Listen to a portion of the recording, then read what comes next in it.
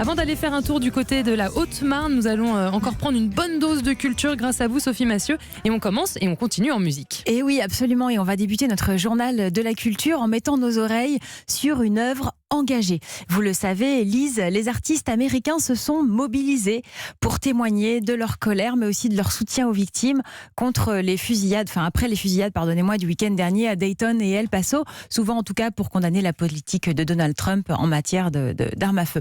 Et parmi eux, Lana Del Rey. Elle a composé une chanson presque au lendemain de l'événement qu'elle a postée sur son compte Instagram. Took a trip to San Francisco. All our friends said we would try.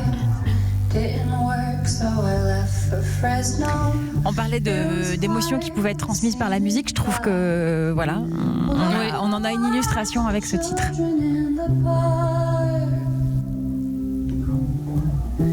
Alors le titre justement c'est Looking for America. On ne sait pas encore, en tout cas moi j'ai pas trouvé si cette chanson sera publiée ailleurs, sur les plateformes ou sur un prochain album. En revanche, ce que je sais c'est que si vous voulez voir Lana Del Rey en France, elle vient à Paris à l'Accor Hotel Arena le 23 février prochain. Ce concert prend place dans la tournée de son nouvel album qui lui est à paraître en France le 30 août. Ça c'est tout bientôt. Oui, c'est tout bientôt. En route maintenant pour le Cantal. Et oui, parce que jusqu'au 15 août, le Cantal se trémousse au rythme endiablé de la 21e édition du Festival international de Boogie Woogie de la Roquebrou. J'étais pourtant sûre que j'allais bafouiller là-dessus. Et non. Même pas. Lise, est-ce que vous savez ce qu'on appelle le Boogie Woogie ? Dans mes souvenirs, c'est ce qu'on a le droit de faire uniquement après nos prières du soir. Absolument. Et au départ, c'est aussi une façon de jouer du blues au piano de manière extrêmement rythmique.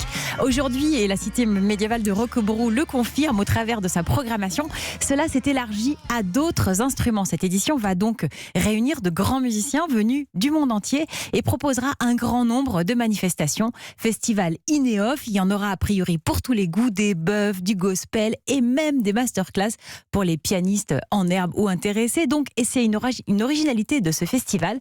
Quand vous cliquez sur son site internet sur le nom d'un artiste, vous le voyez apparaître en fait sur plusieurs dates et avec divers musiciens. C'est par exemple le cas de Mitch Woods.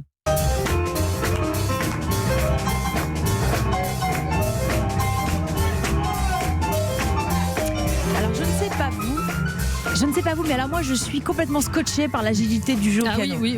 C'est peut-être parce que quand on a essayé de me mettre devant un piano quand j'étais petite, ça a complètement foiré. Ça n'a pas marché. Et du coup je suis vexée, je suis jalouse. Voilà.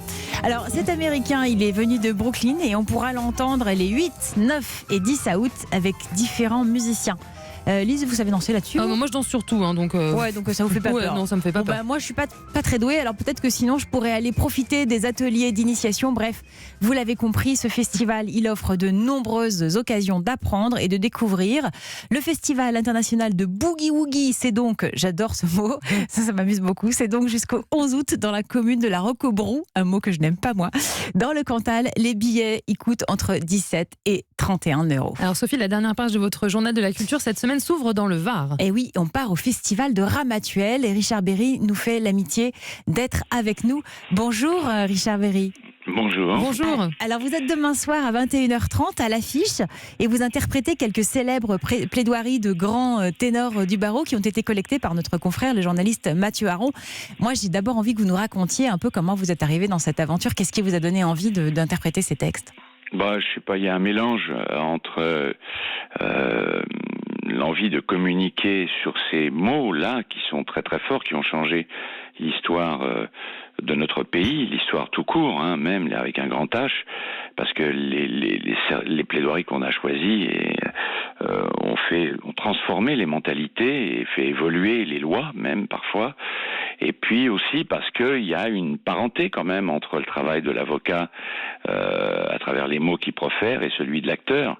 Et donc l'idée de se retrouver comme ça sur une scène à jouer ces plaidoiries, parce que je peux pas dire qu'on fait des, vous voyez, on n'est pas dans un tribunal non plus, mais voilà, je suis comment dire, le passeur, quoi. Voilà, j'essaye de faire évoluer ces plaidoiries et ces mots-là sur les spectateurs qui n'ont jamais eu l'occasion de les écouter, parce que c'est aussi le principe, hein, les plaidoiries ne sont jamais enregistrées, à part ceux qui ont assisté à ces plaidoiries-là en direct, au moment où elles ont été faites par les avocats, personne ne les a jamais entendues. Mais absolument. Et alors vous, quelle est celle qui vous touche le plus à titre personnel dans celle que vous interprétez ? Ah, il y en a une qui est absolument... il y en a deux qui me touchent particulièrement. Il y a celle de... parce que elle est d'une intelligence diabolique, la façon dont Michel Zawi, qui représentait les parties civiles au procès de Papon, la façon dont il aborde les choses est absolument extraordinaire, puisqu'il fait un parallèle entre le crime de droit commun et le crime contre l'humanité. Et là, tout à coup, il fait comprendre aux jurés et donc aux spectateurs, moi, aux spectateurs, le parallèle qu'il peut y avoir entre un crime de droit commun et un crime contre l'humanité. Et il explique que, à ce niveau-là, évidemment, le criminel, même s'il n'a pas été en contact direct avec ses victimes, est aussi un assassin, quoi. Et puis il y a cette plaidoirie extraordinaire de Gisèle Halimi sur l'avortement en 1972, et on sent là vraiment directement l'effet qu'elle a pu produire à cette époque, puisque c'est grâce à cette plaidoirie que Simone Veil a fait passer sa loi à l'Assemblée.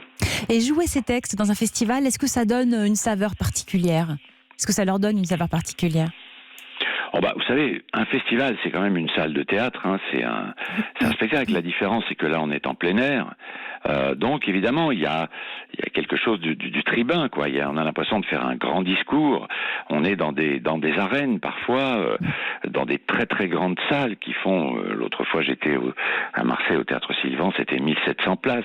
Donc, c'est assez impressionnant, quoi. On a l'impression de faire passer le discours. Et puis, alors, vous savez, ce qu'il y a de formidable dans les spectacles de plein air, c'est que il n'y a pas seulement les spectateurs qui sont dans la salle qui peuvent entendre. Il y a ceux qui sont aux alentours. Et moi, ça m'amuse beaucoup, ça, voilà. Plaidoirie de Mathieu Aron. On va entendre ces textes dans votre voix demain au Théâtre de Verdure à Ramatuelle à 21h30. La mise en scène est signée Éric Théobald. Et puis après, vous avez une tournée. J'ai vu notamment Orléans en décembre. Mais il y a sans doute des tas d'autres dates. Merci beaucoup, Richard Berry. Et puis, bonne chance pour demain.